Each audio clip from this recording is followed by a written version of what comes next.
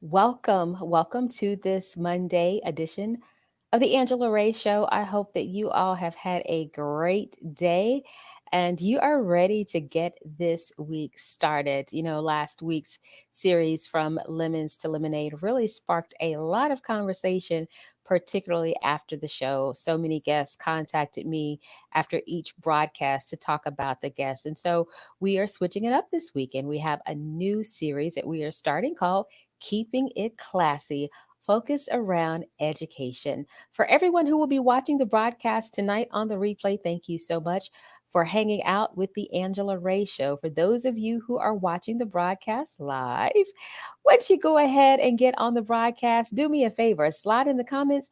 Let me know what your favorite subject was or is in school. So, for those of you who may still be taking some evening classes, working on some advanced degrees, if you are currently a student, let me know what your favorite subject is. For those of you who are done, like me, or at least done for a while with formal education, let me know what your absolute favorite subject was in school, whether that is grade school, middle school, high school, or after high school, college, graduate school, whatever. Looking forward to this conversation. Schools around the country have begun to open their doors. Some students are in the classroom, some are learning from home virtually.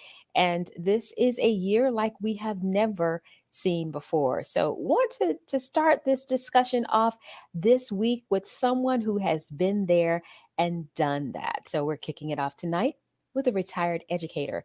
But first, as always, definitely want to kick it off with our Ray of Motivation moment. And so, for our Ray of Motivation moment tonight, I just want to encourage you to learn how to rest, but don't quit.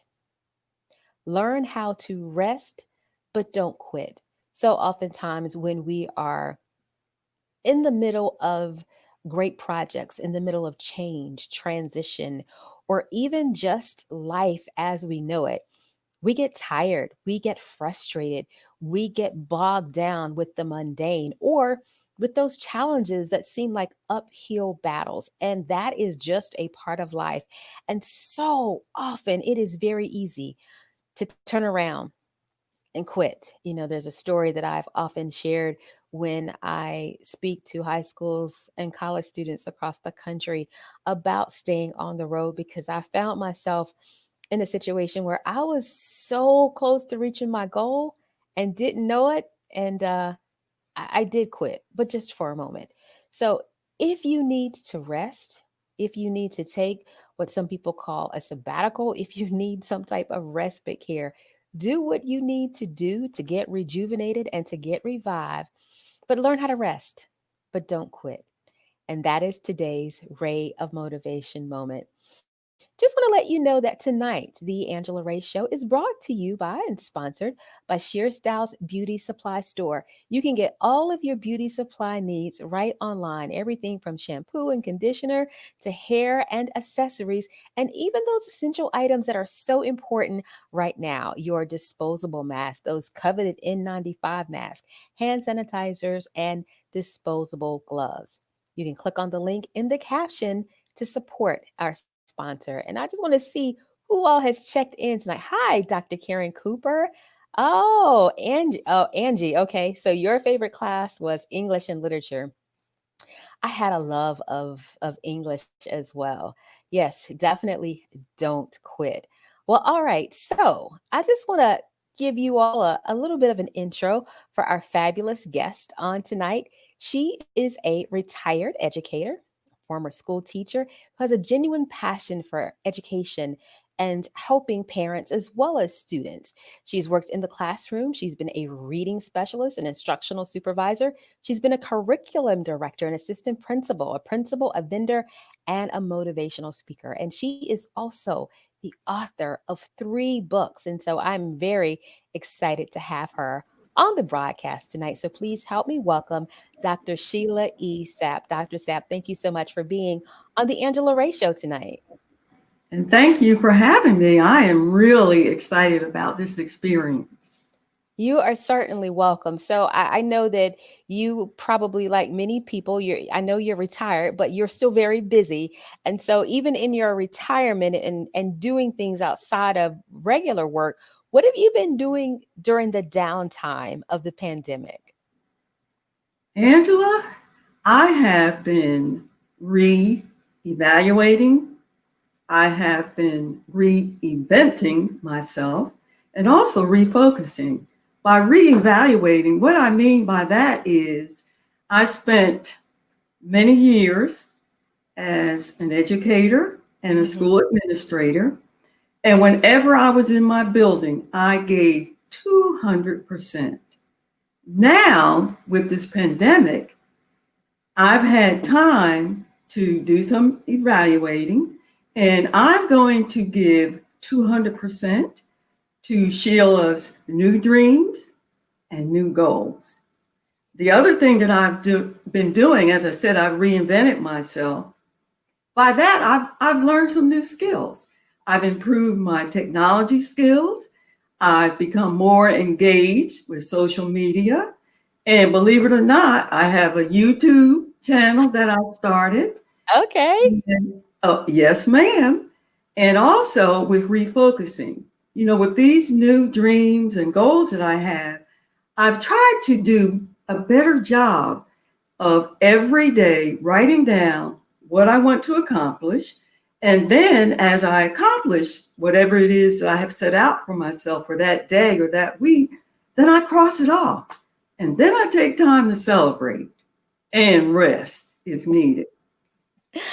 That is definitely needed. Rest sometimes is needed. So I'm just curious, you've worked in the classroom, but you've also been an administrator. And what we are seeing in 2020 in terms of this school year has never been seen before.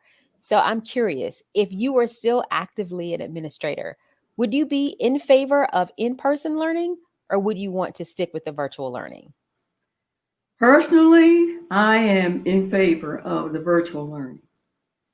And one of the things that I feel blessed with now is that I'm not an administrator, but I must say that if I still had to be in the building as the school administrator, then I've always been a team player. Then I would say my prayers every day and I would do my best, whatever was decided by the school system. And currently, the school system here have given parents a choice. They can either do in person or virtual school. But I like virtual school. I feel, this is my personal opinion, I feel that with the number of cases that have increased, that it's a little too early. I wish that we had waited later to start, but that didn't happen. So what you do is, that's a part of being resilient. You bounce back and you do what you can, and you do your best to support your the other administrators and your superintendent and the teachers and the staff and the parents. Okay. We had a little bit of difficulty hearing your audio, but I think that we got everything. So you have been in education were in education for many years. This is I hope probably so. for the people who are still working right now. I would imagine most teachers, most administrators would say that this pandemic is the most challenging obstacle that they've had to endure as an educator. Since you're retired, what was the most challenging thing that you had to endure as an administrator?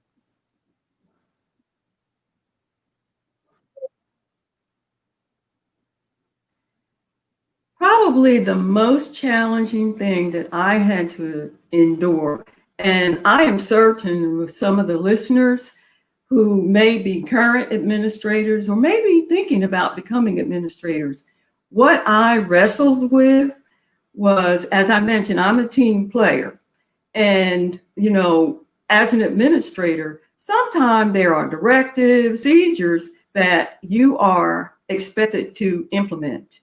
When you go back to your building, you know, if you're a team player and you're being supportive of your superintendent, then you're going to implement and do what you're asked to do. The struggle comes in with when maybe sometimes you don't agree, but you do as you were told. And you have to have a balance between meeting the needs of your teachers, your parents, and your students. And I always, if there was any way, my assistant principal and I could help make the load lighter for our teachers, we did. And at administrative meetings, I always spoke up on their behalf. Now, I may not have always got my way, but I always did speak up for my teachers because they are people too. And I tried to support them as much as I could. And as I said, to me, that was my biggest challenge as a school administrator. And I prayed daily.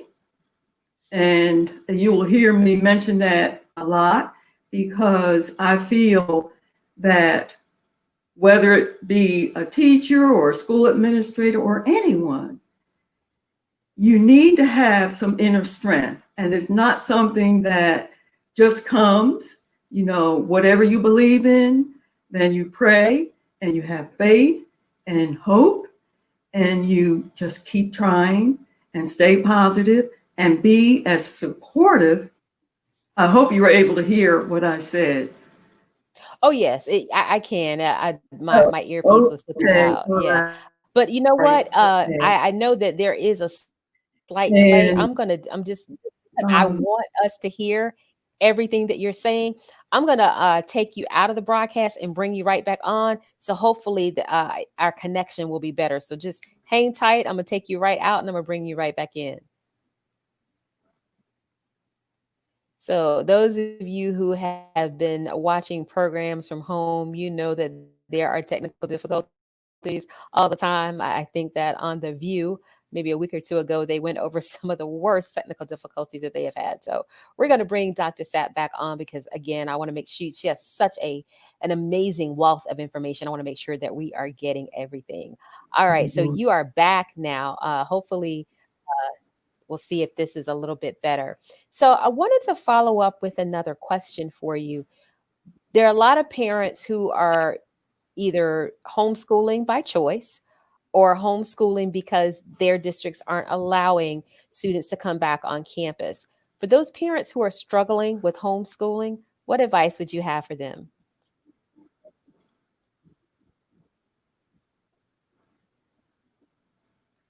I have Are you two able? things that I want to say. Number one Okay. is I want the parents to have confidence in their ability as being their child's teacher as well as the parent. I am a firm believer in parents being their child's first teacher. The fact that whatever their child has acquired or learned prior to coming to school, they taught them. So that's the first thing. I want them to have confidence in their ability to work with their child at home. The second thing is, they need to relax. And of course, they're not always going to have all of the answers. And one of the things that I had to do was really rely on YouTube tutorials. I mean, there are so many software programs, there are tutorials that you can watch to help you. They can also join support groups. There are homeschool support groups. And of course, they want to try to stay in contact with their child's teacher, who would be a great source.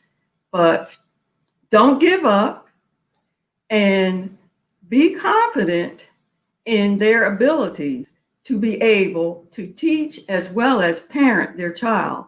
And I want to say with this pandemic, their children are watching them, they're listening, They're seeing how they are conducting themselves. So if they want their children to be emotionally safe and well, then they are going to have to really try to handle maybe some of their questions or some of their concerns in such a way that it doesn't get picked up by their children. One of the things that I really believe is, they need to be very honest about their feelings, and there's nothing wrong with discussing how you feel with your children. And as a matter of fact, I'm sure the children have been watching TV. Some of them are in school, they're having to wear masks, so they know what is going on. But take time to communicate with them and don't marginalize how they feel and just say, oh, don't worry about it, it'll be okay. Whatever they are feeling, let them get it out. If they're too young to really verbalize how they feel, they can draw. But the point is to communicate and to let them talk about how they feel, and to also remember that parents are the role model. So if they see how you handle or how you're handling the pandemic and the things that you're doing to help you keep going and to stay strong, then that will help them develop some tools and strategies for their own resiliency. And I think sometimes we as parents, how should I say this, that we want everything to be perfect for our children. We don't want them to have any issues or any problems. Well, if they never see or have to solve a problem or come up with a strategy, then they will never develop coping skills or be able to be resilient and bounce back when things don't happen the way they expect. And believe me, this pandemic has probably knocked a lot of us off of our feet, but the point is that many of us have been able to look at life a little differently and maybe appreciate some things that we didn't appreciate before. And I know myself, I have slowed down. I mean, I even spend time, I have trees all around my house. I spend time feeding the gray squirrels. I even have names for them. And I intentionally every day look for something that brings me joy. And don't be afraid to turn off the TV sometimes, or turn off that radio station. Sometimes don't listen to the news. And, if you find yourself feeling overwhelmed, then take a deep breath and step back. And it's time to go outside, take a walk, breathe in the fresh air, and look at all of the things that you have around you to be thankful for. It could all be worth. And I always encourage people not to give up, to keep that hope, to pray, and to cherish every moment of the day. And in order to do that, you have to be intentional. You have to plan it and you have to do it. And if you don't succeed the first day, or if you make a mistake, you always have another day. And learn from your mistakes, grow from your successes, and learn from your messes. That's my Oh, I motto. like that. I like that. So, you were just talking about those are some great tips for parents. But let's shift a little bit to teachers. What are some things that and I say we, and because I mean everyone, many of us we may not be educators. We may not have children in school, but most people can go maybe two or three connections, over, and they can find an educator that they know, whether it's a sibling, a church member, a neighbor. They know someone who is a teacher. And this is a stressful time for teachers, especially those teachers who are back on campus and who are teaching in the classroom. So, what are some things that we can do to support teachers? Well, one of the things that I want to say, Angela, is the fact that some teachers are back because they had no other option open to them. They are caretakers, or they may be a single parent and head of the household. So they couldn't choose not to be at work. And to me, now is the time to continually, every day, and this is what I do, I pray for them. I have some former teachers that I send messages to. I try to uplift them. I try to encourage them through posts that I make, and I send messages. And for parents, if you're virtual or even in person, they need a lot of virtual hugs, warm fuzzies, and let them know that you appreciate them. Our schools here opened up last week, and about 2 days before, there's a school that's not far from me. I went over and I just drove, and there were teachers there working on a Sunday afternoon, getting ready for those in-person parents as well as the virtual school parents. They are trying their best and doing their best to make this school year meaningful for the children, for the parents, whether they're in person or virtual. So any note, or as I said, a virtual hug, an email, a telephone call, I feel would be appreciated. And there are never enough prayers to lift people up, because they are trying their best and they have everyone's safety at heart. So if you're out shopping and, and I know you get apples, but sometimes a nice little trinket might do the trick, just to let them know that you appreciate them. And also communicate. Even though you may be homeschooling through the virtual school or in person, do communicate with that child's teacher. Stay connected. Work as a team. Be partners. There's so much that parents can share with teachers about their child, their learning style, their temperament, and so forth. Parents spend more time with the children than teachers do. So what I would like to see during this time is a stronger collaboration and partnership between the home and the school. And don't forget, they are people too. They have families, they have loved ones, they're caretakers, they're head of the households. And I just think, and that's my way of doing what I can. You mentioned, I am a motivational speaker. And if there's anything that I can say or post to lift someone up and to encourage them to keep going and learn from their mistakes and not give up hope, then that's what I do.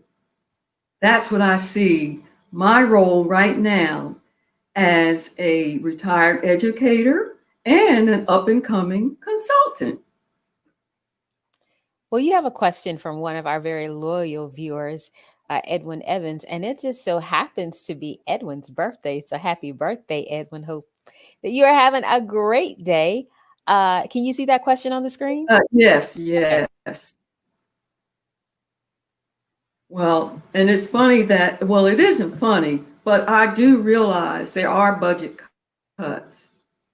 And for administrators, you have a heavy load on your shoulders. You've already have a heavy load just for the mere fact that you are a school administrator. But I think this time, the number one thing that you need to do is to take care of yourself. I can't think of a more stressful time to be in leadership than this time. You, whatever it is that you do, whether it means golfing, of course, social distancing, or reading a book, or praying, or meditating, or exercising, or doing yoga, or, sometimes when, I start feeling down about some things, then I have a station that I listen to called The Promise, and it plays gospels and Christian music.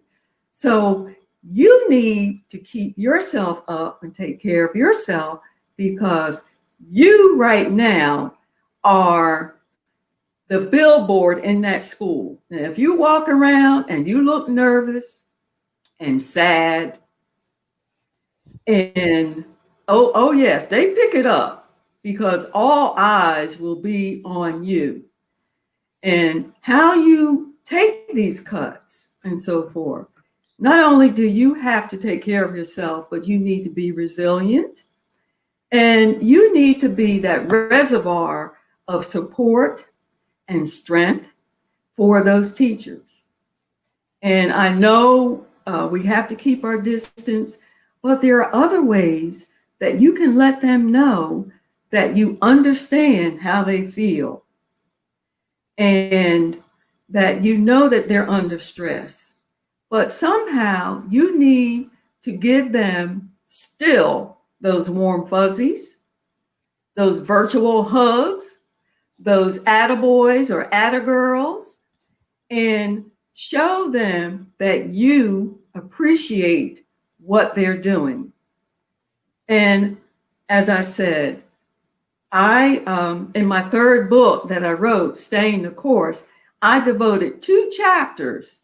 One was on self-care, and I titled it that principals and school leaders need love too, because sometimes teachers and parents look at you and they don't see that you're human too, that sometimes you need a pat on the back. So rather than wait for them to beef you up or pat you on the back, then you need to take care of yourself, because they are relying on your leadership. And try to involve the community. And I know with budget cuts, there are some things you won't be able to get, but there are a lot of parents, even though many of them may be doing virtual school, you can set up different systems where if you let them know what you need, parents will be more than happy to drop off supplies or help classroom teachers by making instructional strategies. But take care of yourself. The other thing that I'm suggesting that you do, school leaders, is self-reflection. One of the things that I learned after I retired was the need to self-reflect. You get so busy putting out fires and working with this teacher or working with that parent or handling this student situation. You sometimes don't take the time to sit down and look at what you have done, what worked and why, what didn't work and why. And I found it is through reflection that you learn how to expand and extend those things that did work, and those that didn't, you learn why they didn't work. And it also gives you a mirror where you can really reevaluate yourself and your leadership skills and take the time If there's some area that you're not strong in, to come up with a professional development plan. You can contact another colleague. And the other thing is, don't forget to delegate. You have teachers on your staff who would be able to help you. And that's something else too, that you need to grow your leaders. Cultivate those teachers that you have that already have demonstrated leadership skills to help you. And I know it's not going to be an easy task, but the other thing that you need to think about is your mind and those thoughts. Because the battle there, I mean, your mind is a battlefield. And if you continually feel or fill your mind with negative things, negative thoughts, of course, you have the budget cuts and things are going to have to be done differently. Well, this is the perfect time to try something new and to think outside of the box and try to brainstorm and use your staff to help you. I've gotten ideas from parents, from students. I mean, I'm not ashamed to ask anyone for help. And as I told you, with me reinventing myself and learning and trying different things, I have reached out to other people as resources and always find that one person that you trust who's going to be honest. Now, you need to have someone who will not only be honest with you, but will tell you the truth Yes. about an idea. You don't Mhm. want someone who, oh, whatever you say, oh, yes, that's a great idea. And it really isn't. And I always advise people, it's sometimes very good to have a mentor who is not within the school system that you Oh, can bounce things off of. Because sometimes administrators, you need to get things off of your chest. And it's not that you always want the answer. Sometimes when you say things out loud and you think about it, you get other ideas and you start to see a different perspective. So take care of yourself and reflect. Those are the two main things. And and keep this in mind. This pandemic is here now, and I have grown quite a bit in these 5 months. And from what I have learned, I don't think I want to go back to the old Sheila. I think that I'm ready to meet new challenges. And I would hope that our school administrators and our teachers and our parents and our children are ready for new challenges and to just revitalize and renew some of the things that mhm. we've done in the past and be ready Yes. to move forward and go forward. Mhm. Well, Dr. Sapp, thank you so much for taking the time out of your busy schedule to hang out with us on the Angela Ray Show. For all of my viewers, Dr. Sapp's website is scrolling at the bottom of the page. She mentioned one of her books. She is the author of 3 books, and they are all available on Amazon.com. But you can get more information about all of her books as well as her consulting services on her website. And again, that is scrolling at the bottom of the page. Again, Dr. Sapp, thank you so much for being here with us tonight. And thank you for this opportunity. I thoroughly enjoyed it. All right. Have a great evening. And you too. All right. Well, that is it for this Monday edition of the Angela Ray Show, kicking off the series, Keeping It Classy. Again, special thanks to Dr. Sapp for starting us off on this Monday evening. As always, I would like to leave you with Ray of Motivation number 54. Cleaning a mirror does not change the person who is reflected in it. Until next time, I encourage you all to go out and be the change. Have a great evening.